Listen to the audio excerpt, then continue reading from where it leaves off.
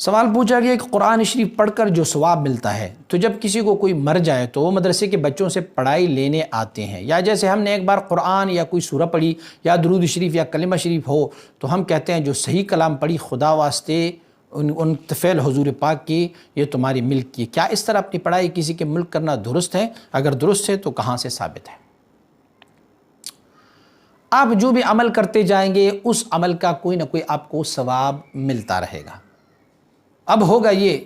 کہ جب آپ کسی کو ایصال ثواب کرتے ہیں تو یہ نہیں ہے کہ وہ آپ کا ثواب سارے کا سارا ختم ہوا، بلکہ یہ ہوتا ہے کہ آپ کا ثواب بھی باقی رہتا ہے اور دوسرے بندوں کو بھی اس کا ایصال ثواب مل جاتا ہے۔ لیکن بدقسمتی یہ ہوئی کہ ہمارے ہاں آج کل یہ رواج ہو گیا ہے، مسجد کی امام صاحب قاری صاحب کے پاس چلے جاتے ہیں، دن میں 3 بھی فوتگیاں ہوئی نا تو وہ ان کے پاس چلے جاتے ہیں، کہا مولوی صاحب قرآن عظیم شان دے دے، وہ ان کو کہتے ہیں یار لے میں نے آپ کو 20 قرآن دے دیے، اللہ اکبر، اور مولوی صاحب نے تو 20 پڑھی ہی نہیں ہوں گے تو دی کس لیے؟ یہ بات تو درست ہے کہ چلو ایک دارالحفاظ ہے جہاں پر حافظ بچے پڑھتے ہیں تو روز تقریباً اس میں سے 1-2 ختم تو ہو جاتے ہیں، تو مولوی صاحب کو یہ نہیں کہنا چاہیے کہ میں نے اتنے قرآن عظیم شان آپ کو دی، مولوی صاحب کو یہ کہنا چاہیے جو کچھ پڑھا گیا ہے ان کا ثواب میں آپ کو بخش دے دیتا ہوں، آپ پھر آگے اس ثواب کو ایصال کر دیں۔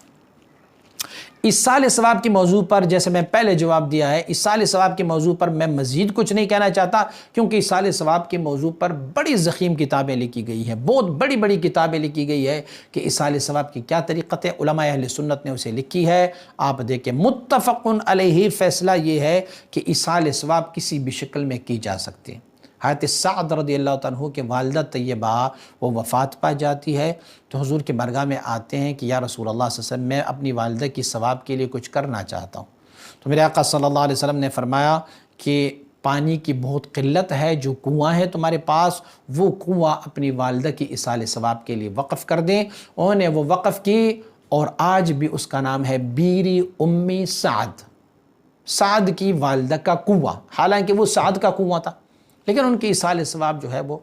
اسی طرح تمام اعمال جو ہے وہ منقطع ہو جاتے ہیں مگرم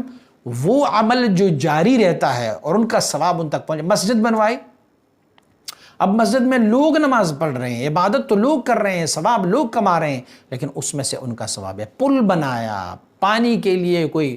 سبیل بنائی، پانی کے لیے کوئی کنواں بنایا، اور جس میں سے اور اولاد صالح ہوا۔ دیکھیں اولاد صالح جو ہے وہ اپنا عمل کرتے ہیں لیکن عمل کرنے کے بعد وہ ہاتھ اٹھا کے اپنی والدین کے لیے دعا کر دیا، اللہ جو کچھ پڑھا ہے ان کا ثواب میری والدین کی طرف ہو۔ بلکہ ایک صحابی حضور نبی اکرم صلی اللہ علیہ وسلم کی بارگاہ میں حاضر ہو جاتے ہیں، عرض کرتے ہیں یا رسول اللہ صلی اللہ علیہ وسلم میری والدہ کے دل میں بڑی خواہش تھی اور ان پر حج بھی فرض تھا لیکن وہ حج نہ کر سکی، وفات پائی، تو میں کیا کروں؟ حضور نے فرمایا آپ ان کی طرف سے حج کر لیا کرو۔ اس صحابی نے ان کی طرف سے حج کیا، اب ان کا حج بھی پورا ہے لیکن ان کا ثواب بھی ان کو ملتا رہے گا۔ آپ نے حج بدل کے بارے میں دیکھا ہوگا، پڑھا ہوگا، حج بدل اس کو کہتے ہیں ایک بندہ جو ہے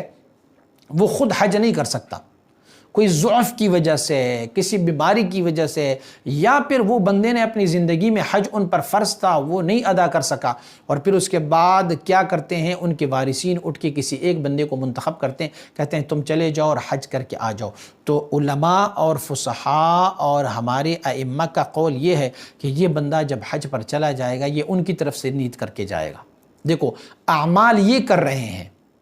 تو ان کو بھی پوری کا پورا حج کا ثواب ملتا رہے گا اور اس بندے کو بھی پوری کا پورا ثواب جو جس کی طرف سے وہ حج کر رہا ہے ان کو بھی پوری کا پورا ثواب ملتا جائے گا۔ تو اس ایصال ثواب کے بارے میں بہت سارے لوگ جو ہے انہوں نے کہا۔ اچھا ہمارے ہاں ایک اور اصطلاح بھی پائی جاتی ہے اور فقہاء نے اس کو لکھا ہے جس کو کہتے ہیں حیلہ اسقاط۔ حیلہ اسقاط اس کو کہتے ہیں کہ احتیاطاً